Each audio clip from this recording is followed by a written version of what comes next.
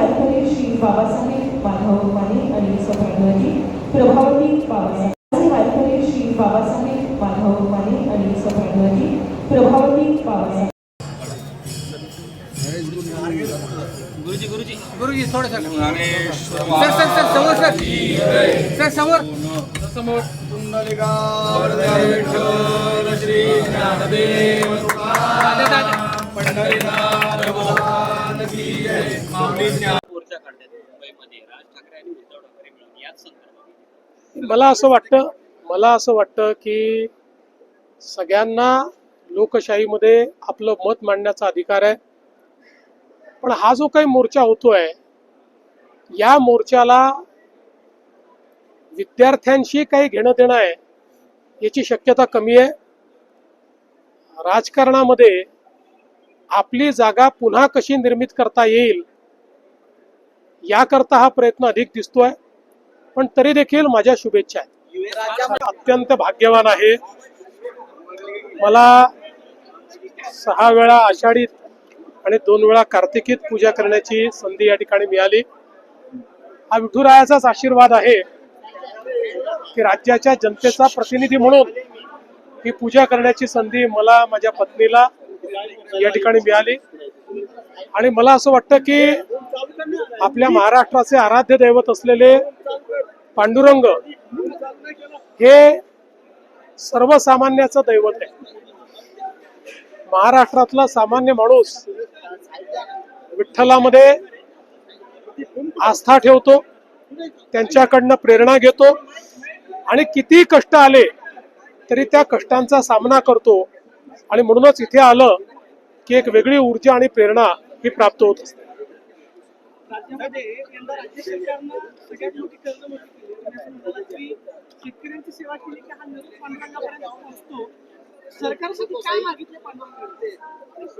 सरकारसाठी काही मागण्याची आवश्यकता नाही.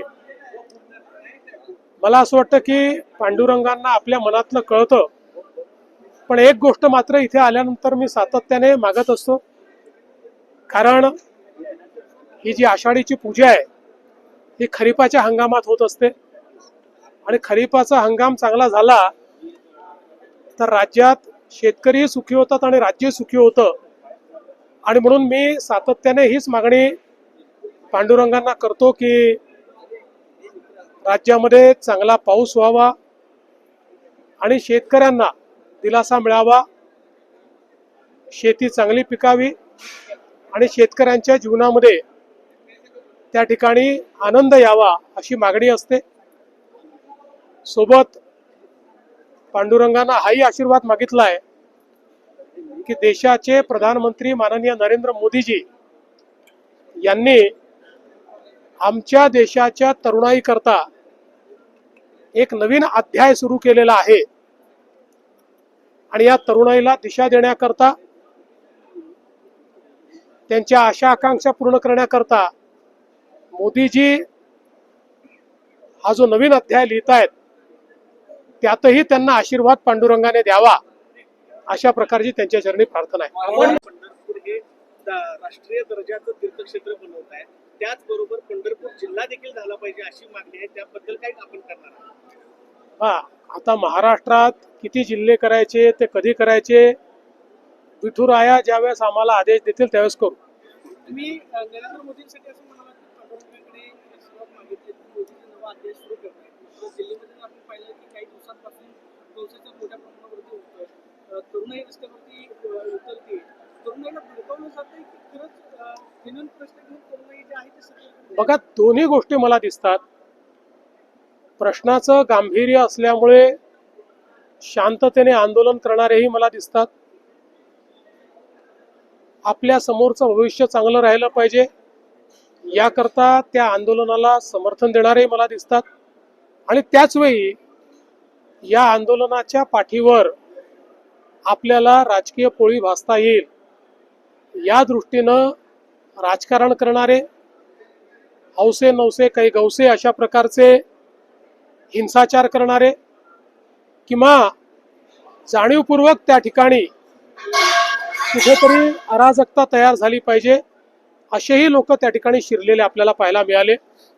आणि मला असं वाटतं यामुळेच ही सगळी परिस्थिती लक्षात घेऊन श्री सोनम वांगचुक यांनी आपलं उपोषणही सोडलं, त्यांच्या मागण्याही सरकारने मान्य केल्या, त्याच्यावर कारवाई सुरू झाली आणि त्यांनी सगळ्यांना सांगितलंय की शांततेनंच हे पुढे गेलं पाहिजे. शेतकरी देखील भरभरून पाऊस देतो, शेतकरी देखील भरपूर उत्पन्न घेतो, मात्र हमीभाव हा जो आहे तो आपल्या हातामध्ये आहे, सरकारच्या हातामध्ये आहे. तो जर मिळाला तर कर्जमाफीची किंवा कोणतीच गरज शेतकऱ्यांना पडणार नाही. त्यासाठी काय आपण नाही, हमी भावाने खरेदी आपण दरवर्षीच करतो, याही वर्षी करू, मागच्या वर्षी केली आणि विक्रमी खरेदी आपण करतो. पण आज आपल्या समोर जो सगळ्यात मोठा प्रश्न आहे तो उत्पादन खर्च जो वाढतोय त्याच्यामुळे एकीकडे शेतमालाचे भाव आंतरराष्ट्रीय बाजारपेठ ठरवते आणि दुसरीकडे आपल्याकडे उत्पादन खर्च सातत्याने वाढतोय आणि म्हणूनच उत्पादन खर्च कमी झाला पाहिजे याकरता मोफत वीज आपण दिली, ड्रीप इरिगेशन आपण मोफत देतो, पाण्याच्या व्यवस्था आपण मोफत देतो, पंप आपण मोफत देतो, सौर पंप किंवा अगदी कमी किमतीत देतो, निविष्ठा आपण कमी किमतीत देतो, यंत्रसामुग्री आपण कमी किमतीत म्हणजे 90% 100% सबसिडीने त्या ठिकाणी देतो आणि यासोबत विशेषतः उत्पादन खर्च कमी करायचा असेल तर आपल्या शेतकऱ्यांना नैसर्गिक शेतीकडे न्यावं लागेल. तो आपला प्रयत्न आहे आणि महाविस्तार सारख्या आर्टिफिशियल इंटेलिजन्सचा उपयोग करून 25% उत्पादन खर्च कमी करायचा आणि उत्पादकता वाढवायची, हा आपला प्रयत्न. यातनं शेतकरी सुखी होईल. साहेब आपण कॉरिडॉर याचं काम कधी सुरू होईल? आपला प्रयत्न असा आहे की या वर्षीच काम सुरू झालं पाहिजे आणि काम सुरू झाल्यानंतर 2 ते 2.5 वर्ष त्याला लागतील, पूर्ण काम व्हायला 3.5-4 वर्ष लागतील. पण महत्वाचं जे काम आहे ते 2 ते 2.5 वर्षात आपण पूर्ण करू. आता पुढच्या काळामध्ये जवळपास सगळ्यांची आमची चर्चा झाली आहे. 80-90% लोक जे आहेत त्यांच्या शंका दूर झाल्या आहेत. 10-20% लोक आहेत त्यांना अजूनही शंका आहेत, त्याही आम्ही दूर करू. आपल्याला सगळ्यांना सोबत घेऊनच हे करायचं आहे. एक गोष्ट मी सांगतो की कॉरिडॉर झाल्यानंतर जे विस्थापित झाले तेही प्रस्थापित होतील आणि खूप मोठ्या प्रमाणात या नगरीचं चित्र बदलेल.